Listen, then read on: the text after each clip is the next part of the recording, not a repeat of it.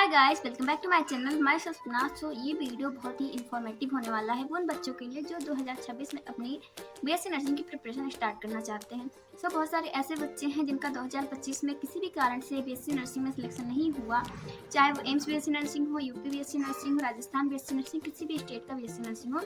उनका अगर सिलेक्शन नहीं हुआ तो आज मैं इस वीडियो में कुछ टिप्स देने वाली हूँ जिससे कि जो मैंने गलतियाँ की थी उनको मत कीजिएगा। अभी मैं बताने वाली हूँ कि कौन कौन गलती मैंने की था जिससे वजह से मेरा जो सिलेक्शन था वो रुक गया था, और वो गलती आप भी मत कीजिएगा। इसके अलावा बहुत सारी गलतियाँ हो सकती हैं, पर आज मैं आपको कुछ टिप्स देने आई हूँ जिससे आप अपना सिलेक्शन सिक्योर कर सकते हैं 2026 में। तो सबसे पहली गलती मेरी ये थी कि मैंने रिवीजन कम किया था।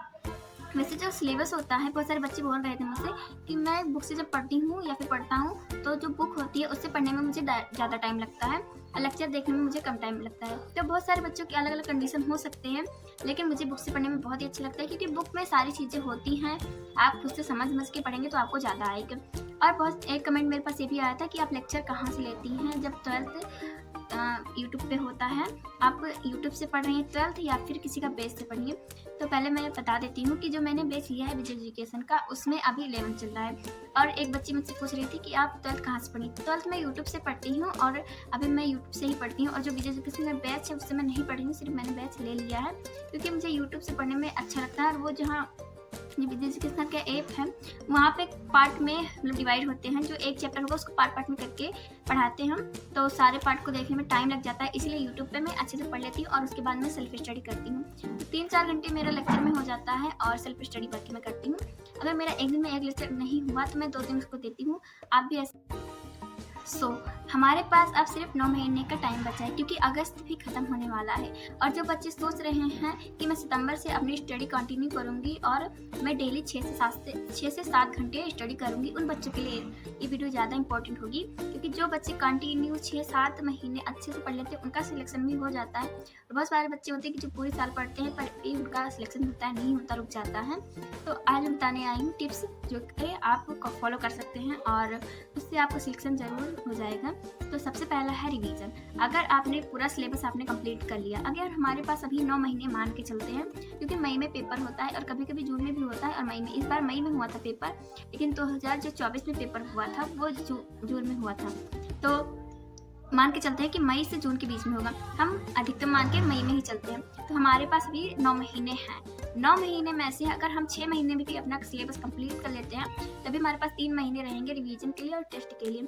क्योंकि 3 महीने मैं इसलिए छोड़ रही हूँ क्योंकि मुझे टेस्ट, रिवीजन और कंपलसरी है ये सब करना, क्योंकि रिवीजन अगर बार बार नहीं करेंगे तो आप पीछे की चीज़ें भूलते जाएंगे। तो सबसे पहला जो है मोस्ट इम्पॉर्टेंट वो है टेस्ट देना, क्योंकि आप टेस्ट नहीं देंगे तब आपका सिलेक्शन नहीं हो सकता। अगर आपको पता ही नहीं है कैसे क्वेश्चन पूछे जाते हैं, आप सिर्फ लेक्चर ही देख रहे हैं, सिर्फ नोट्स ही पढ़ रहे हैं, तब आपका सिलेक्शन नहीं होगा। आपको जो क्वेश्चन होता है उसको भी प्रैक्टिस करना जरूरी है। तो सबसे पहले चीज़ हो गया कि टेस्ट देना बहुत ज़रूरी है। और उसको टेस्ट देने के बाद ऐसा नहीं कि आपने टेस्ट दे दिया कितने भी नंबर आपसे कोई मतलब नहीं, ऐसा बिल्कुल नहीं। आपने टेस्ट दिया है, आपको एनालिटिक भी करना होगा कि आपके कितने नंबर आ रहे हैं और जो आपकी मिस्टेक है उसको आप सुधारिए, तभी आपको अच्छे से नंबर आगे इंक्रीज होते रहेंगे। अगर आपने एक बार टेस्ट दिया, अगर उस टेस्ट का आपने मिस्टेक एनालिसिस नहीं किया तो आपको नहीं पता चलेगा कि मैं अगले टेस्ट में कितना नंबर लाऊंगा या फिर इस टेस्ट में मुझे। आप अगर टेस्ट दे दिए, अगर आपने एनालिटिक नहीं किया तो आपका बहुत ही लॉस हो जाएगा और आपका सिलेक्शन भी रुक सकता है। तो सबसे पहला जो इम्पोर्टेंट चीज़ है वो है टेस्ट देना, और दूसरा जो इम्पोर्टेंट चीज़ है वो रिवीजन। रिवीजन अगर आप नहीं करेंगे तो आपका सिलेक्शन कंपलसरी है कि रुक ही जाएगा, क्योंकि अगर आपने टेस्ट नहीं दिया, मैंने भी टेस्ट दिया था, बहुत सारे टेस्ट दिए थे, लेकिन मैंने रिवीजन कम किया था इसलिए मेरा सिलेक्शन जो था रुक गया था। और मैं आपको यही बताऊंगी कि आप रिवीजन कीजिए क्योंकि रिवीजन बहुत ही ज़्यादा इंपॉर्टेंट है। किसी भी टेस्ट या फिर किसी भी एग्जाम को क्रैक करने के लिए आपको रिवीजन करना बहुत ज़रूरी है। अगर आप बार बार उस चीज़ों को रिवीजन नहीं करेंगे तो आप भूलते जाएंगे और आप आगे की चीज़ों को नहीं कर पाएंगे अच्छे से, आप पेपर भी अच्छे से नहीं कर पाएंगे। तो दूसरी चीज़ें हो गई रिवीजन करना। और आप क्या क्या मिस्टेक ना करें जिससे आपका सिलेक्शन जल्द से जल्द हो जाए। आपको सबसे पहले करना है कि आपको रिवीजन कम नहीं करना है, आपको आपका सिलेबस जो है उसको 2-3 बार कंप्लीट करना। मतलब कि पहला जो सिलेबस कंप्लीट करेंगे उसको आप 3 महीने में या फिर 4 महीने किसी को लग सकते हैं, तो मैं मान के चलती हूँ कि 4 महीने में आप अपना सिलेबस कंप्लीट करेंगे। उसके बाद 2 महीने में शॉर्ट नोट, रिवीजन, टेस्ट उसको देना स्टार्ट कर देंगे। और दूसरी चीज़, पहला चीज़ ये हो गया कि आपको जो रिवीजन है वो बिल्कुल भी कम नहीं करना है। आपको ज़्यादा से ज़्यादा मल्टीपल बार रिवीजन करें, 10, 12, 13, 14 जितना भी बार आप रिवीजन कर सकते हैं उतनी बार आपको रिवीजन करना ज़रूरी है। और दूसरी चीज़ ये कि टेस्ट देना बहुत ज़्यादा ज़रूरी है। अगर टेस्ट नहीं देंगे तो आपका सिलेक्शन हो जाएगा। मैंने टेस्ट दिया था पर रिवीजन की गलती की वजह से मेरा सिलेक्शन नहीं हुआ। और इसके अलावा आपने अगर 11th 12th कर लिया है, उसके बाद आपको जो 10th की साइंस होती है उसमें फिजिक्स, केमिस्ट्री, बायो तीनों होते हैं। तो उसमें कुछ चैप्टर ऐसे हैं जो बहुत ही इंपॉर्टेंट है, जहाँ से क्वेश्चन आते हैं। मैंने 2024, 2025, 23, 22 का एनालिटिक किया है, जो पेपर होता है यूपीएससी नेट का। उसमें जो क्वेश्चन होते हैं मतलब मीडियम लेवल के होते हैं। और एक बात और बता दूं कि अगर आपने 11th 12th की एनसीईआरटी से करना स्टार्ट कर दिया है पढ़ाई, तो आपको जो यूपीएससी नेट का होता है पेपर, उसके लिए आपको क्वेश्चन लगाने की बिल्कुल ज़रूरत नहीं है। मतलब क्वेश्चन प्रैक्टिस करना है, पर जो न्यूमेरिकल होते हैं उसको प्रैक्टिस नहीं करना। फिजिक्स में ना, केमिस्ट्री में ना, बायो। न्यूमेरिकल 2-3 पूछे जाते हैं और वो भी बहुत इजी पूछे जाते हैं, उसको आप लगा सकते हैं। अगर आपने जो पूरा सिलेबस होता है उसको कर लिया है तो आपको याद ही होगा। और आप सिर्फ जो होते हैं फॉर्मूला उसको आप याद करके जाएंगे तो भी आपका सिलेक्शन हो जाएगा। और जो फिजिक्स होता है उसमें न्यूमेरिकल याद कर लेंगे और जो कॉमन सो आपको फिजिक्स में रिवीजन बार बार करना है। और केमिस्ट्री में आपको रिएक्शन जो होता है वो नहीं पढ़ना, क्योंकि रिएक्शन बिल्कुल भी नहीं आता। और कुछ कॉमन सवाल ऐसे हैं जो फिजिक्स और केमिस्ट्री और बायो तीनों में पूछे जाते हैं। तो केमिस्ट्री में भी बहुत इजी चीज़ें पूछे, पीरियोडिक टेबल से पूछा जाता है और भी बिलियन चैप्टर से पूछा जाता है। बहुत सारे चैप्टर हैं ऐसे जो पूछे जाते हैं। और बायोलॉजी जो होता है उसमें अगर आपने जो 11th के लास्ट चैप्टर कुछ हैं और 12th के फर्स्ट में और लास्ट में कुछ चैप्टर हैं और एक है स्वास्थ्य वाला चैप्टर, वहाँ से अगर आपने कर लिया और आपने जो क्या कहते हैं बीमारी होती है उसके बारे में पढ़ लिया तो अब भी आपका सिलेक्शन हो जाएगा। लेकिन ऐसा नहीं है। इसके अलावा नर्सिंग एप्टीट्यूड और इंग्लिश भी पूछा जाता है। तो इंग्लिश तो इजी होता है, लेकिन आपको नर्सिंग एप्टीट्यूड के लिए पढ़ना पड़ेगा। उसमें भी आसान क्वेश्चन पूछे जाते हैं, और फिर भी आपको पढ़ना पड़ेगा नर्सिंग एप्टीट्यूड के पूरे सिलेबस।